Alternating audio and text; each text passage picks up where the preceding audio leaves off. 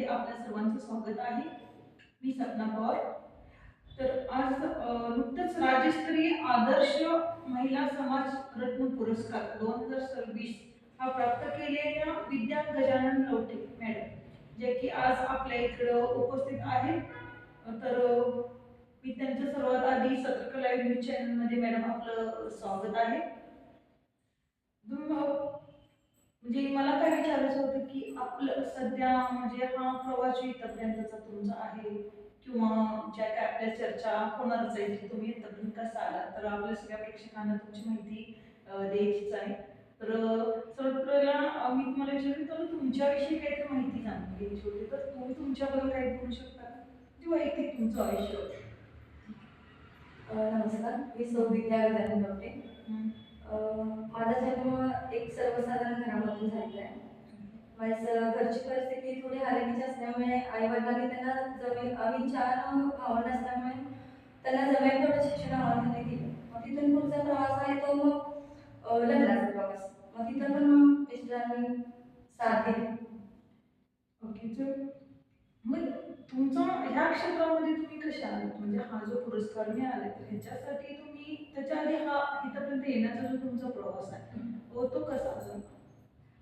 मी hospital क्षेत्रामध्ये आधी job करत होते 10 वर्ष आणि फॅशन डिझायनिंगचे पण करत होते. मग ते करत असताना थोड्या महिलांशी कनेक्ट झाले होते मी. मला समाजसेवेची खूप आवड आहे, अगदी पहिल्यापासूनच. मग ती समाजसेवेची आवड मी जॉब करत असताना मला एक संधी मिळाली की यशवंत ब्रिगेड कोल्हापूर जिल्हा कार्याध्यक्ष म्हणून मला एक पद मिळालं. त्यामुळे त्या ते पद घेतले आणि हा छंद जोपासत मी जॉब करत हा छंद जोपासायचा म्हणून मी समाजकार्याकडे वळले. म्हणजे म्हणजे थोडे मी सुरुवातीला तुम्ही म्हटलात की मी हॉस्पिटलमध्ये जॉब करत होते, त्यावेळी मी पण थोडे कन्फ्युज झाले की बाबा ते क्षेत्र वेगळंच असतं आणि तुमचं आता जे क्षेत्र आहे ते राजकारणातले. तर हा प्रवास कसा हे जरासं मला हे वाटलं.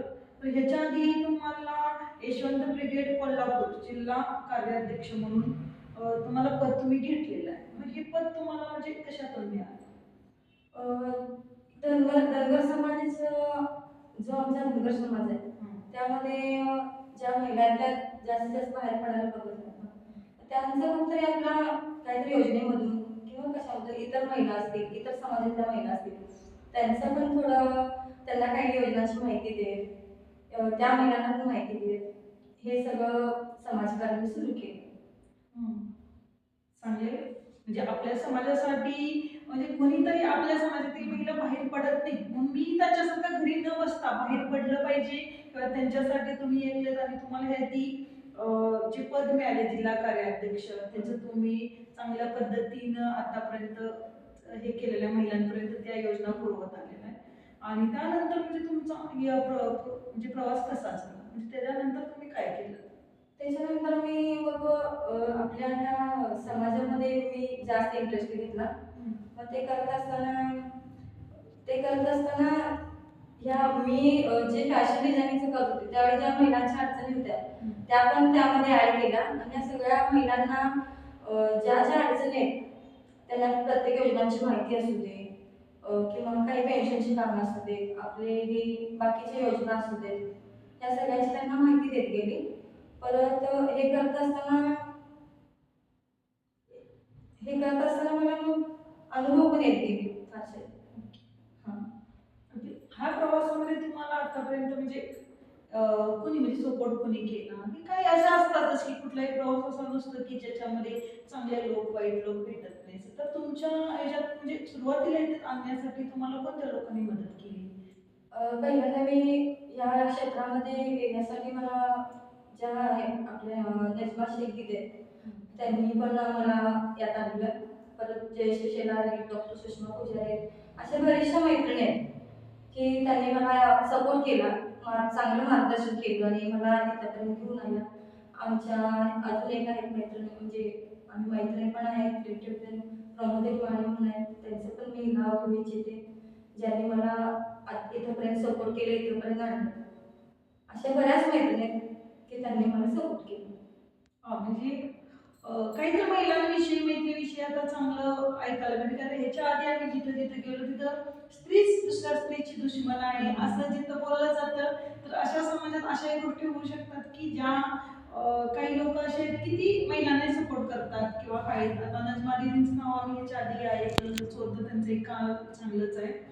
तर त्यांनी तुम्हाला इथंपर्यंत आणलं म्हणतात किंवा ज्यांनी सपोर्ट केलं, तर ह्यांच्यामुळे आज तुम्ही इथंपर्यंत आहात. आता सध्या जो तुम्हाला म्हणजे पुरस्कार मिळाले ना, त्याचं श्रेय कुणाला जातं? याचे श्रेय मी खरं तर ज्यांनी मला मागे ओढण्याचा प्रयत्न केला त्यांना पण मी देते, ज्यांनी मला पुढे आणलं त्यांना पण मी देते. कारण समाजकारण राजकारण करत असताना काही अडचणी येतात, त्या अडचणीतून माणूस शिकत जातोय. ते म्हणतात ना, निंदकाचे घर असावे शेजारी, तसाच काही प्रकार माझ्या बाबतीत पण घडला.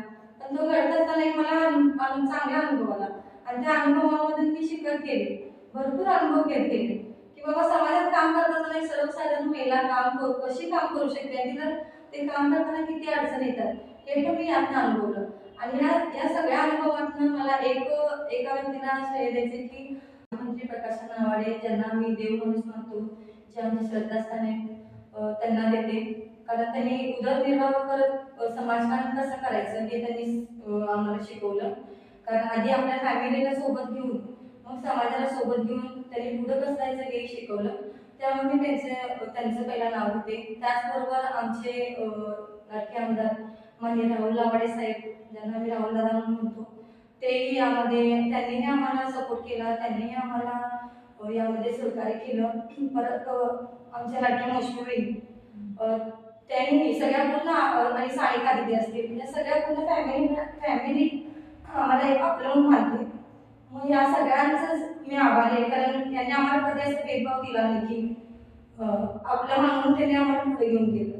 त्यामुळे मी हे सगळं श्रेय आवाडे फॅमिलीला, आवाडे कुटुंबियांना आणि आमचे आमदार, आमचे माजी मंत्री प्रकाश आवाडे यांना देते.